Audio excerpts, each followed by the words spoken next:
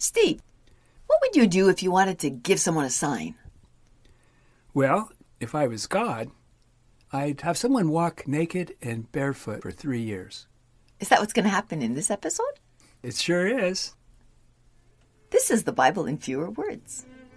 We are Carol and Steve Wells. This is episode 182, Isaiah, chapters 13 through 23. Hi, Steve.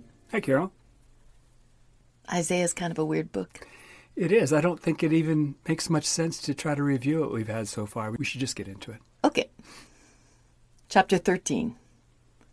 God is angry, so he called all of his sanctified and mighty ones to destroy the earth. God's day is here, so everyone should howl. He will destroy everything. Ow, ow, ow, ow! Everyone will be weak, and their hearts will melt. They will be afraid and in pain, like a woman in childbirth. Okay, he probably doesn't know what that is, really. No, but the next one might even be worse. Their faces will be on fire. Ouch. God's cruel day is coming. He'll kill all the sinners. The sun, moon, and stars will no longer produce light. God will shake the heavens and move the earth out of its place. Everyone who is found will be killed with a sword, along with whoever they're joined to. Their children will be dashed together while they watch, and their wives will be raped. God will force the Medes to dash the young men to pieces, and they won't have any pity on children, infants, or babies. God will do to Babylon what he did to Sodom and Gomorrah, and it will never be inhabited again. He'll kill all its people, but leave the satyrs who will dance there, and dragons will lounge in their pleasant palaces. Well, welcome to Isaiah, Yeah. ladies and gentlemen. It's interesting that I think that the satyrs, who are these beasts, they're difficult to show without, it's more pornographic. Oh, well, there's a picture here. Yeah, One. that one was tame, so I put it in. Okay. Kind of a goat-like creature. Mm-hmm. With scales and horns and... Sometimes they're called goat demons. Okay. Isaiah thought they were real. They and dragons. What are Medes? Oh, the Medes are a people who lived in western Iraq. Okay. Mean Medes. I guess so. I guess that's why he's going to send them. Uh-huh. Chapter 14. God will again choose Israel as his favored people. The Israelites will enslave those who had previously enslaved them. The children will be slaughtered for what their ancestors did. God will kill everyone in Babylon. He will trample the Assyrians under his foot. Out of the serpent's root will come a cockatrice, and from the cockatrice's fruit, a fiery flying serpent. Again with the serpents. These are actually seraphim. So why do I think seraphim and cherubims go together? They don't. Okay. I don't think so. The seraphim apparently are more like serpents, but then Isaiah in our previous episode had them with the 6 wings and stuff. Covering up their private parts. So it's confusing, but they fly.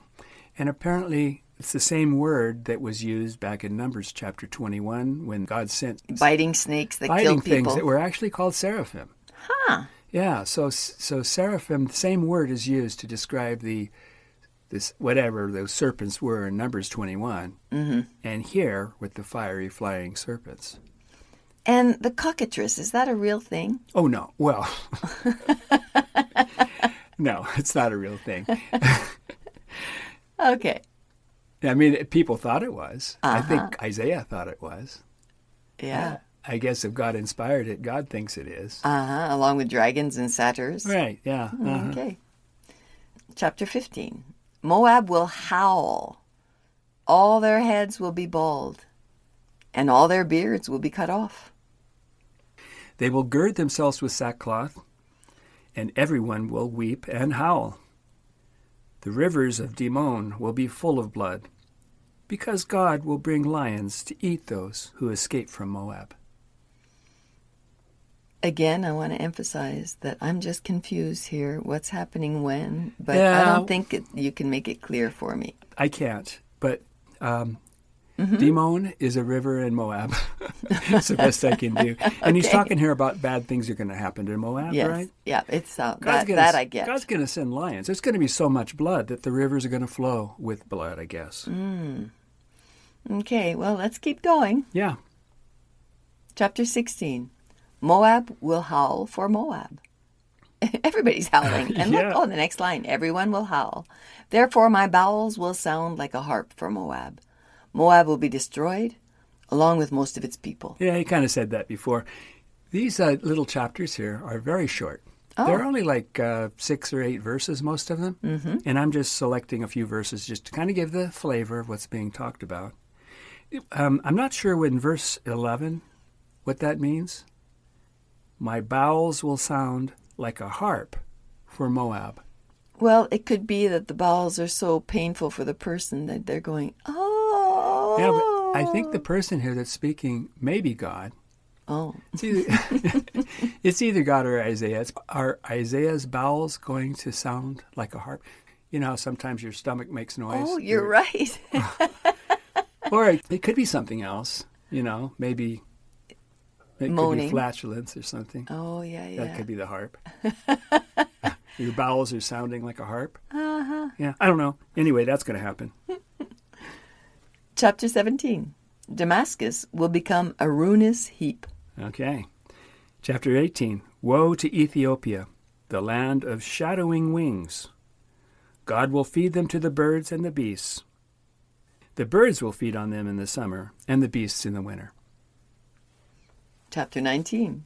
God will travel to Egypt on a swift cloud, and the heart of Egypt will melt. When he arrives, he'll force the Egyptians to fight each other and give them to a cruel lord and fierce king who will rule over them. The Nile River will dry up. The fish will die. God will send them a perverse spirit, making them like drunken men who fall in their own vomit. That's pleasant. Mm-hmm. Egypt will be like a woman who shakes with fear as God shakes his hand over it. He will smite and then heal Egypt, and they will return to him. A happy ending. Yep. Chapter 20. God said to Isaiah, "Take off the sackcloth from your loins and your shoes from your feet." So Isaiah did that, walking naked and barefoot. God said, Isaiah walked naked and barefoot for 3 years as a sign and a wonder. Well, that sign would be clear to me if I was back then and I saw Isaiah walking naked and Really? barefoot. How No. You're being sarcastic. I am. Yeah. No, I don't know how anybody would understand the meaning of this. Kind of a streaker, right? Just a guy walking around naked. But that's supposed to mean, as God explains in verse 4, So the king of Assyria will lead Egyptian and Ethiopian prisoners naked and barefoot with their buttocks uncovered. So you see how that's going to work? Not really, but I would like to talk about it. So is Isaiah going to be walking around naked and barefoot at the same time as the king of Assyria leads the prisoners naked and barefoot? What does all that mean? I don't think so. I think he's going to walk around for 3 years naked and barefoot. Isaiah. For sure. Okay.